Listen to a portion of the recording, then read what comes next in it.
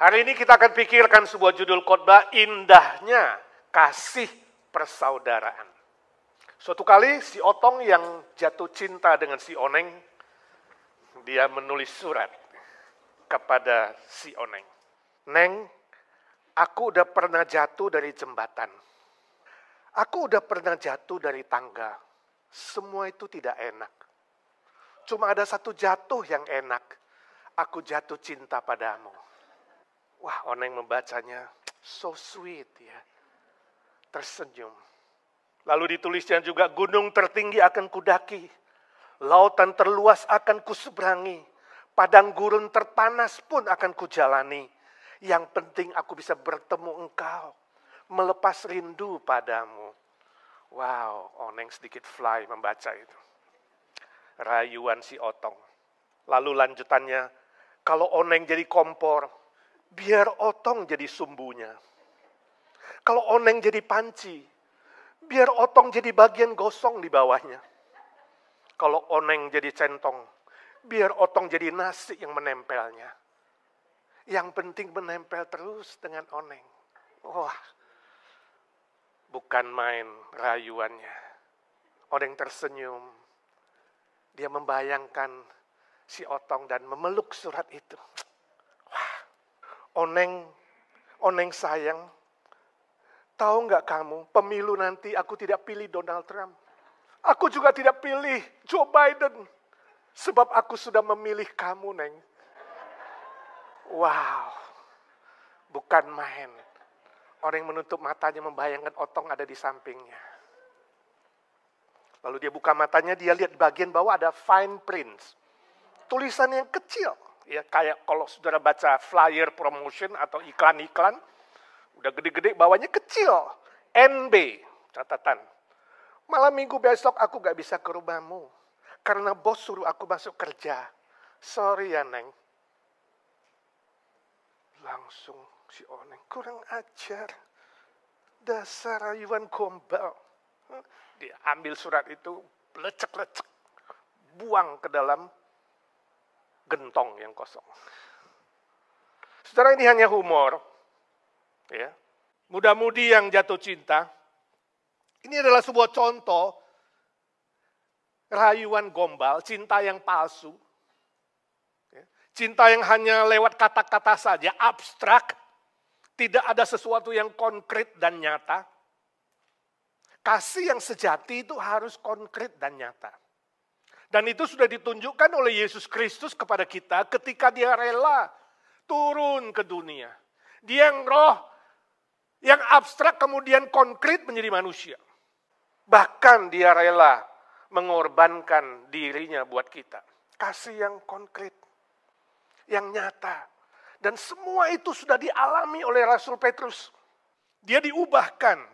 Dan Petrus yang mengalami kasih Tuhan itu kemudian hidupnya dan pelayanannya diubah 180 derajat. Dia tidak lagi meninggikan diri, tidak lagi menonjolkan diri.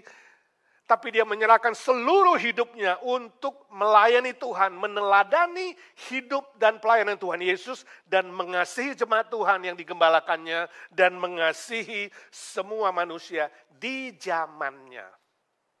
Sebab itu, melalui firman Tuhan kemudian Rasul Paulus menuliskan kepada kita, menasihati kita, supaya kita bertumbuh di dalam kasih yang sejati.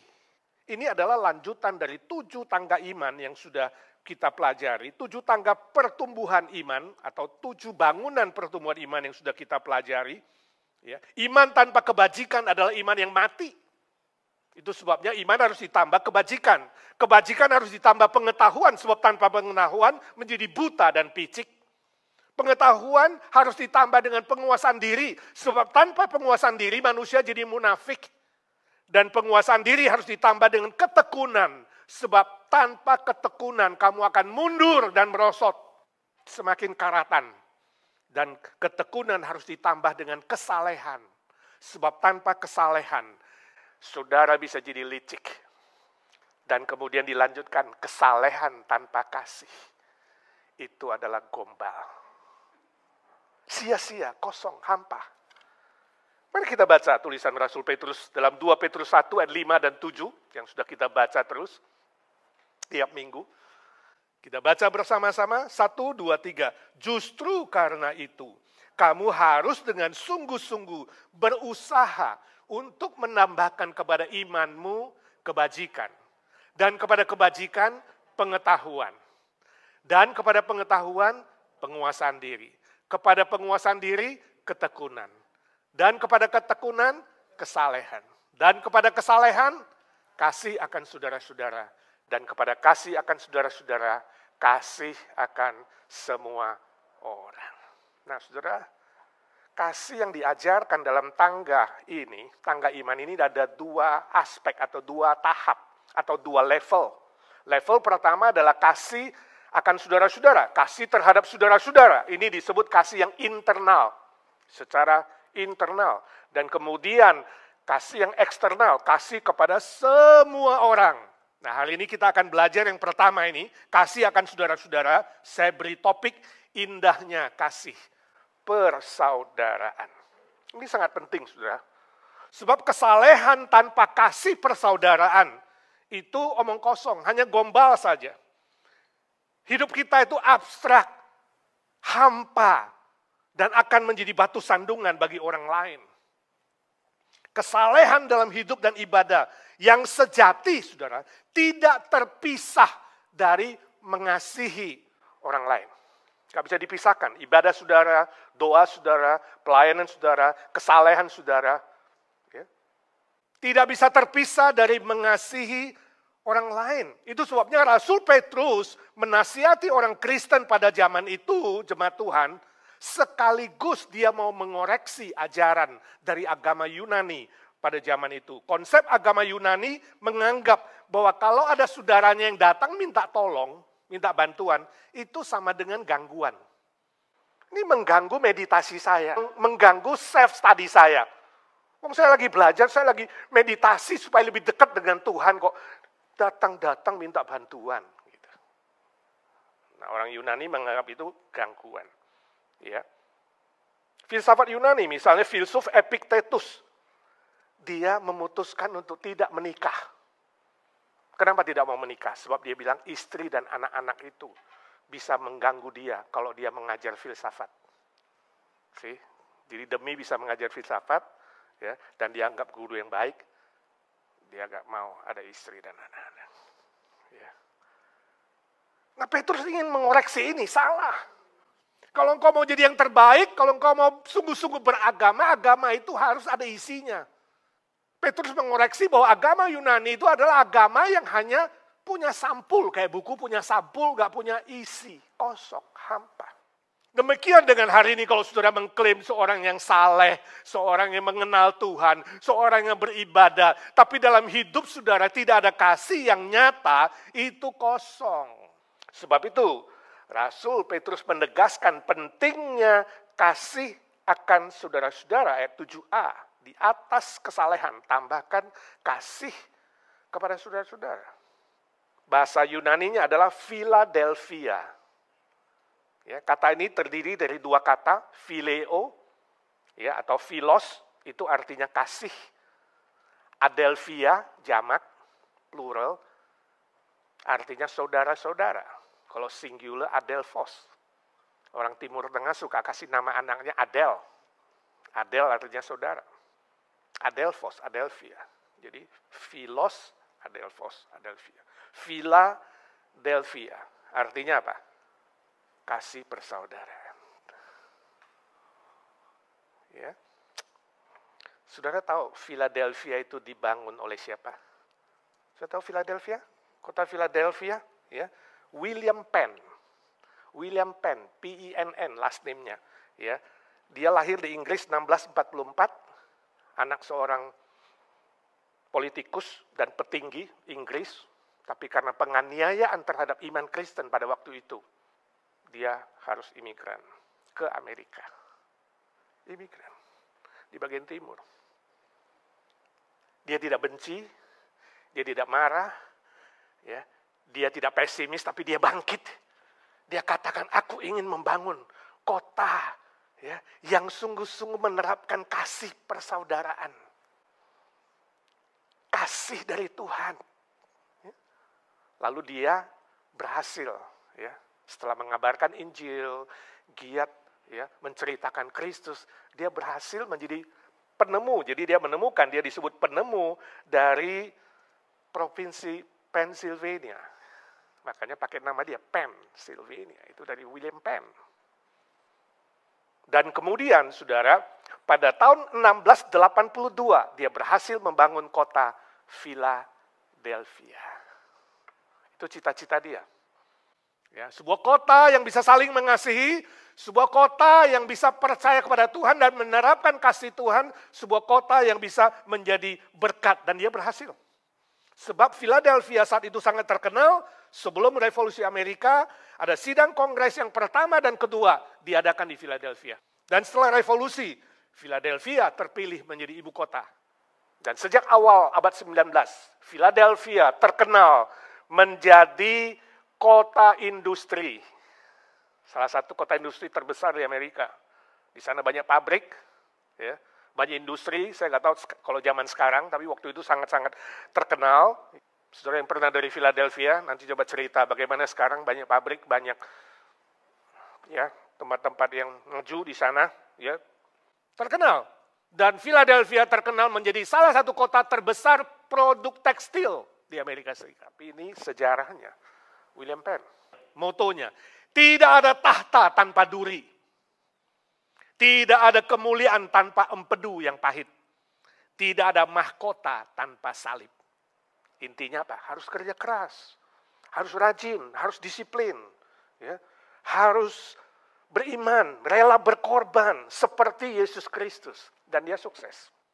Prinsip yang diajarkan itu adalah sesuai dengan ajaran Tuhan Yesus di Yohanes 15 ayat 12 sampai 14. Tuhan Yesus berkata, inilah perintahku, yaitu supaya kamu saling mengasihi seperti aku telah mengasihi kamu.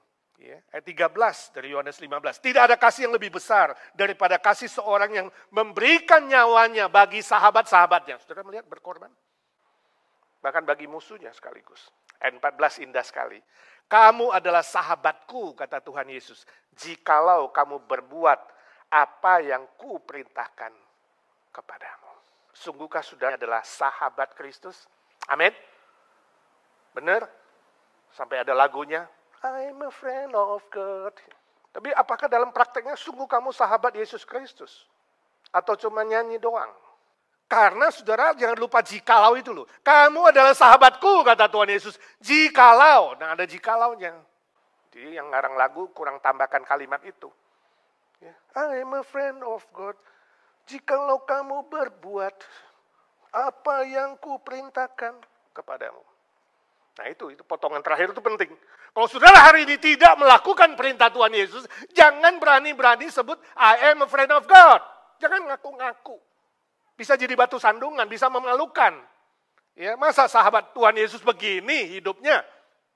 Jadi percuma aja. Jadi jangan hanya nyanyi, tapi kita harus ingat waktu nyanyi itu. Saya sahabat Kristus, ya Tuhan, terima kasih Engkau menjadikan aku sahabatmu. Aku mau melakukan perintahmu. Dan perintah Tuhan apa tadi di ayat pembimbing kita? Yesus memberikan perintah baru, amanat agung. Bukan hanya mengabarkan Injil, tapi amanat agung pertama ada di sini. Yohanes 13, 34 dan 35. Aku memberikan perintah besar, perintah agung, perintah baru supaya kamu saling mengasihi. Saling mengasihinya kecil, karena kasihnya kecil. Itu adalah tanda seorang murid Kristus. Jadi apa saudara sungguh murid Kristus? Yes. Yes. Yes. Murid Kristus? Buktinya apa? Saling mengasihi itu tandanya.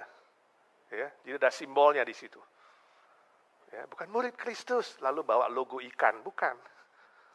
Logonya saling mengasihi, motonya. Saling mengasihi. Ya. Kasih yang rela berkorban. Kasih yang terus-menerus. Terus-menerus, bukan 1-2 hari. Ya, dan ada lagunya juga. Ya kan? Dalam Yesus kita bersaudara, ya kan?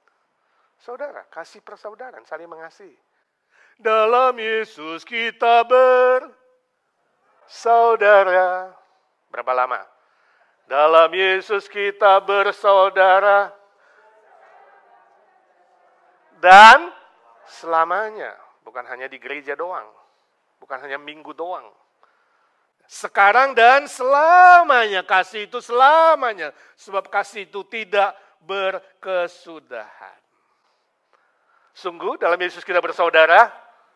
Lihat mukanya aja gue kesel. Aduh mau nek deh rasanya mau muntah. Aduh gak tahan. Ya. Saudara itu. Apa kamu muntahin? Lalu kalau dia ngomongnya menyinggung perasaanmu gimana? Saudara. Ya, marah gak? Tersinggung gak? Ngambek gak? Menghilang gak? Tahu-tahu sudah gak ada dalam peredaran. Kadang-kadang nyelekit, saudara kan macam-macam. Ada yang pedas kayak cabai rawit, ya kan? Ada yang manis kayak gula, tapi di belakangnya nancep. Ada yang pintar bersilat lidah, macam-macam. Ada yang cuek, gak peduli, dingin, kaku. Kita udah senyum, dia masih gak senyum. Kita senyum pakai mata karena pakai masker. Matanya cuma kedip-kedip. Ini apaan? Orangnya dingin, egois. Hanya memikirkan kepentingan diri saja. Bagaimana saudara memperlakukan dirimu sebagai saudara terhadap saudara-saudara yang lain? Kalau di rumahmu ngomong-ngomong ada yang suka nyelekit, kamu gimana? Kamu langsung gak mau pulang. Gue gak mau tinggal di rumah ini lagi. Karena ada dia. Enggak dong, tetap aja kita saling berinteraksi. Ya kan? Peduli, ya, doakan. Suatu hari ada sepasang suami istri, Pak Tani dan Bu Tani, mereka pergi belanja. Setelah belanja pulang ke rumah, bawa banyak belanjaan, ada seekor tikus mengintip. Hari ini Pak Petani dan Bu Tani beli apa lagi? Wow, dia liatin satu persatu. Waduh, macam-macam lah. Ada roti, ada keju, ada daging, wah segala macam. Dan terakhir dikeluarin jebakan tikus. Kaget. Si tikus. Jebakan tikus. Pak Tani beli jebakan tikus. Sekarang rumah ini ada jebakan tikus. Oh, perangkap tikus. Dia takut. Lalu tikus lari. Cari temannya. Ke halaman belakang. Cari si ayam. Yam, yam. Bahasa kerennya yem, yem. Ayam. Tahu nggak, aku lihat Pak Tani beli perangkap tikus, jebakan tikus, aduh gimana dong?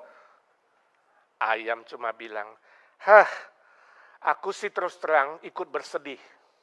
Tapi maafkan aku nggak bisa buat apa-apa, sorry ya. Aku mau tidur dulu, you tau lah, namanya juga tidur-tidur ayam. Wah, tikus sedih, temannya tidak peduli.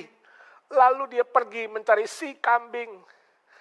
Bing, Bing, lu tahu nggak Pak Petani beli perangkap tikus? Kambing bilang, iya gue sih simpati terus terang. Tapi perangkap tikus gak ada hubungannya dengan saya. Dengan lemes kemudian tikus pergi. Dia cari bang sapi. Bang Sap. Lu tahu nggak Pak Tani, Bu Tani beli perangkap tikus. Lalu sapi bilang, aduh lu lihat badan gua gede kayak begini. Nggak ada hubungannya, gua nggak mungkin bisa bahaya. Sorry ya. Lalu makin sedih lah si tikus karena nggak ada yang peduli sama dia. Dia jalan sampai pinggir hutan, dia ketemu si ular. Ular, lu tahu nggak, teman-teman gua nggak peduli. Kenapa? Pak Tani itu beli perangkap tikus. Ular bilang, memang hubungannya dengan gue apa? Ya, nggak mungkin lah. Perangkap tikus ada membawa resiko apa-apa padaku. Bye. Lalu ular pergi. Tikus sedih, dia balik ke rumah, dia diam di rumahnya. Daripada gue keluar-keluar, mending gue karantin. Diam aja di rumah. Berapa hari kemudian, suatu malam terdengar suara gaduh. Kurang, suara gaduh. Wah, ini ada apa ini? Lalu tikus ngintip. Perangkap tikus menangkap ular berbisa. Kena ekornya. Ular ngamuk. Waduh. Pak Tani dan Bu Tani mau melawan. Tiba-tiba Bu Tani dipatuk. Terjatuh. Pak Tani ambil kapaknya. Dia bunuh si ular itu. Wah, si tikus lihat. Ular mati. Tapi Bu Tani kepatuk. Besoknya Bu Tani panas. Demam. Lalu dibawa ke rumah sakit. Setelah dirawat berapa hari, udah turun panasnya, boleh pulang, istirahat. Tapi gak sembuh-sembuh, masih anget-anget. Lalu tetangganya bilang sama Pak Tani, lu tahu gak, untuk nurunin panas dan sembuh, itu makan sop ceker ayam. Nah ini penting ini. Sop ceker ayam bisa menurunkan demam. Jadi Pak Tani, karena demi istri, diambilnya lah ayam. Dipotong seger, ambil cekernya, bikin sop. Istrinya minum sop ceker ayam. Tetap gak turun, masih anget. Besoknya lagi tetangga bilang, lu mau tahu yang lebih ampuh untuk menyembuhkan total, itu adalah hati kambing. Wah, jadi apa boleh buat dah. Kambing sekarang jadi korban. Dibunuhlah kambing itu, diambillah hatinya, dimasak hatinya.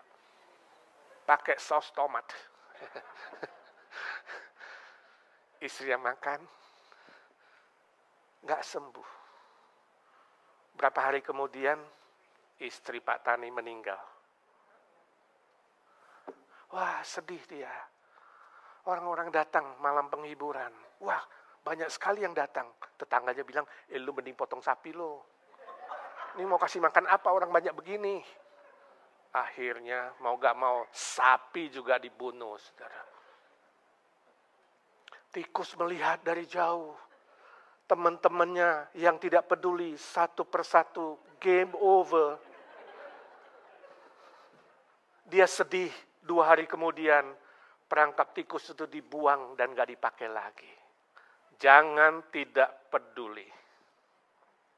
Kalau ada saudaramu yang punya kesulitan, jangan anggap itu gak ada urusannya dengan saudara.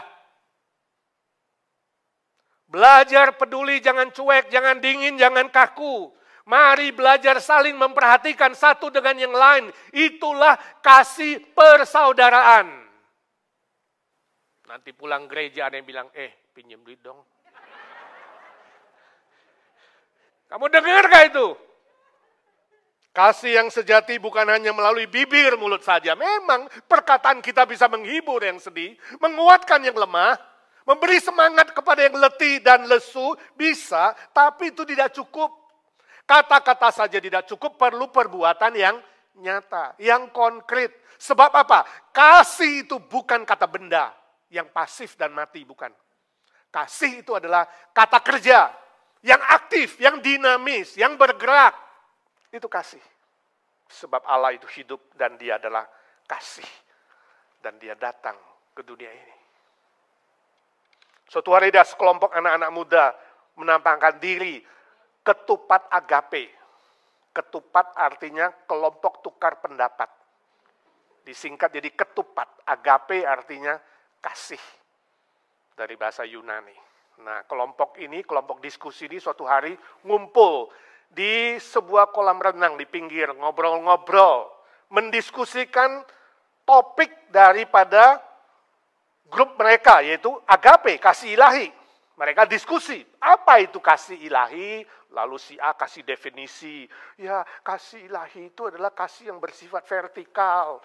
Lalu si B bilang, lah kok cuma vertikal doang, apakah kasih gak bersifat horizontal? Bagaimana kalau sirkular juga muter-muter? Bisa juga kan? Lalu yang satu bilang, C bilang, bagi saya mau gimana kayak kasih itu yang penting tuh tujuannya baik. Gak peduli caranya gimana, ya. Gak peduli bagaimana diterapkan, yang penting bertujuan baik. Apa aja boleh, boleh apa aja. Walau si E bilang, apa aja boleh. Kan kebaikan itu relatif, jadi subjektif dong nanti. Ya, menurut dia baik, menurut dia gak baik. Aduh, gimana dong?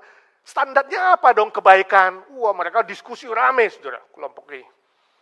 Tiba-tiba terdengar suara biur. Mereka lihat, wah, seorang anak kecil umur 4 tahun jatuh ke kolam.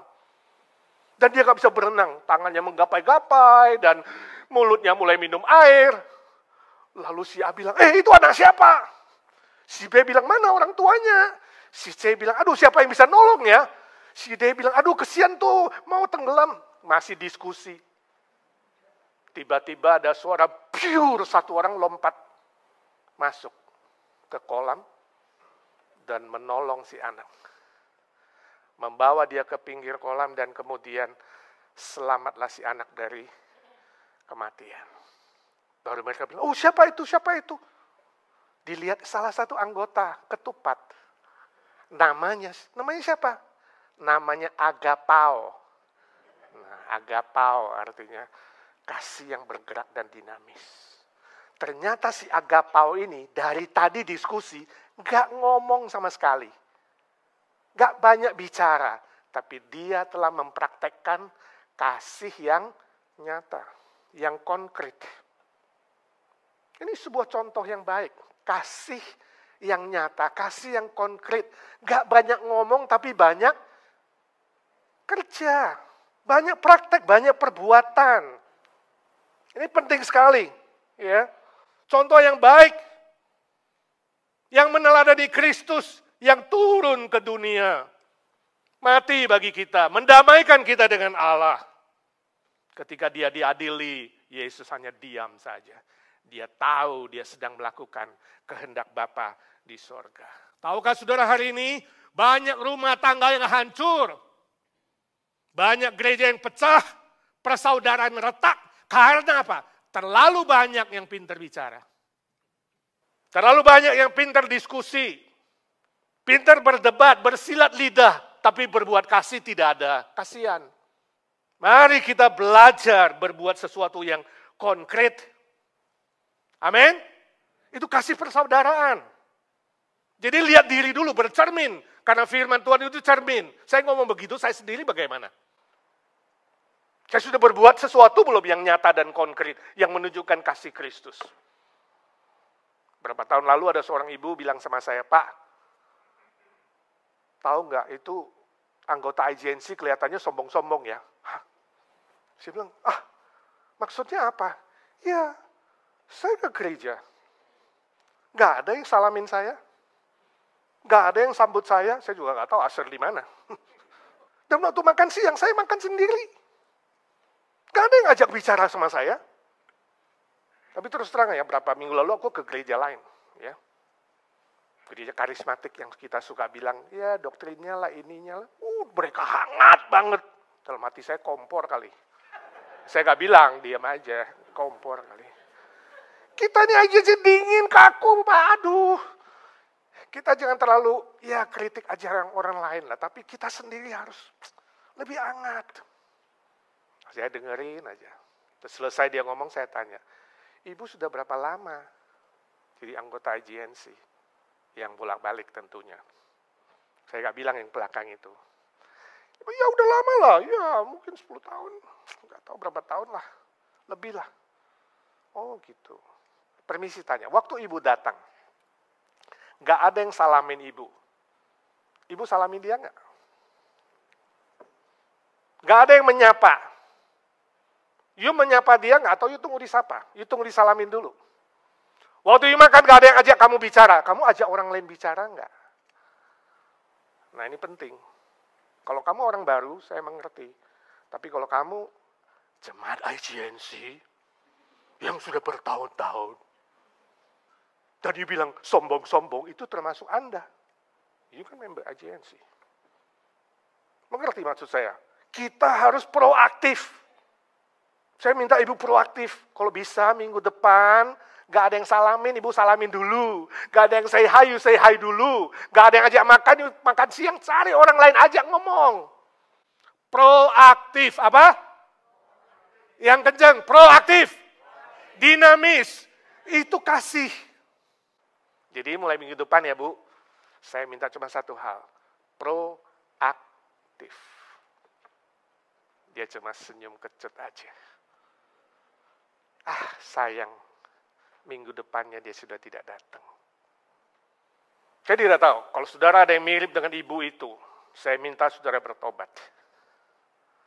Jangan hanya bisa mengatakan orang lain ABC, lihat diri sendiri, amin? Lihat diri sendiri. Ya, mari kita mulai proaktif. Saya minta saudara yang sudah lama di sini, perhatikan yang baru. Yang baru masih mengerti, mungkin dia nggak kenal banyak orang. Tapi kalau saudara sudah lama, ayo proaktif. Jangan pasif, jangan cuek, jangan tidak peduli. Belajar proaktif. Lebih dulu menyapa orang lain. Lebih dulu, kalau bisa berlomba-lomba menyapa. Bikin target, Tuhan minggu ini, aku mau sapa 10 orang. Amin. Bikin target dirimu sendiri. Aku mau bertumbuh dalam cinta kasih persaudaraan Tuhan. Minggu depan Tuhan, aku mau menyapa 10 orang lagi yang beda. Maka kita semua akan semangat saling membangun kasih persaudaraan yang indah itu. Amin. Yes? Sudah mengasihi Tuhan? Yes? Yes, mengasihi Tuhan? Buktinya apa? Kasihilah saudaramu yang kelihatan. Sebab Alkitab berkata, mana mungkin engkau berkata engkau mengasihi Tuhan yang tidak kelihatan. Sedangkan kau tidak bisa mengasihi saudaramu yang kelihatan. Mulai dari yang kelihatan, saudara. Jangan aku mengasihi Tuhan. Abstrak di sorga. Ada di depan saudara. Yang konkret dulu ini. Dikasihi. Ya. Mohon sekali lagi Tuhan mencurahkan kasih-Nya kepadamu. Ini penting, ini dasarnya. Mencurahkan sekali lagi cinta kasih di hati saudara.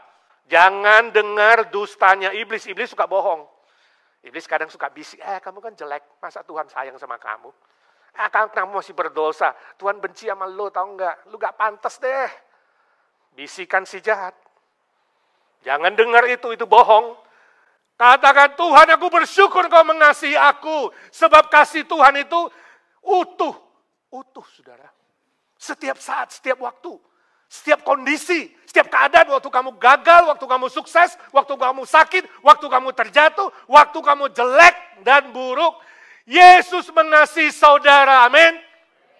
Dia mengasihi secara sempurna, bukan seperti manusia yang terbatas. Tidak terbatas. Izinkan Tuhan Yesus mencintaimu seutuhnya, sebagaimana kau adanya hari ini. Katakan, Tuhan, perbaharui cinta kasih-Mu di dalamku.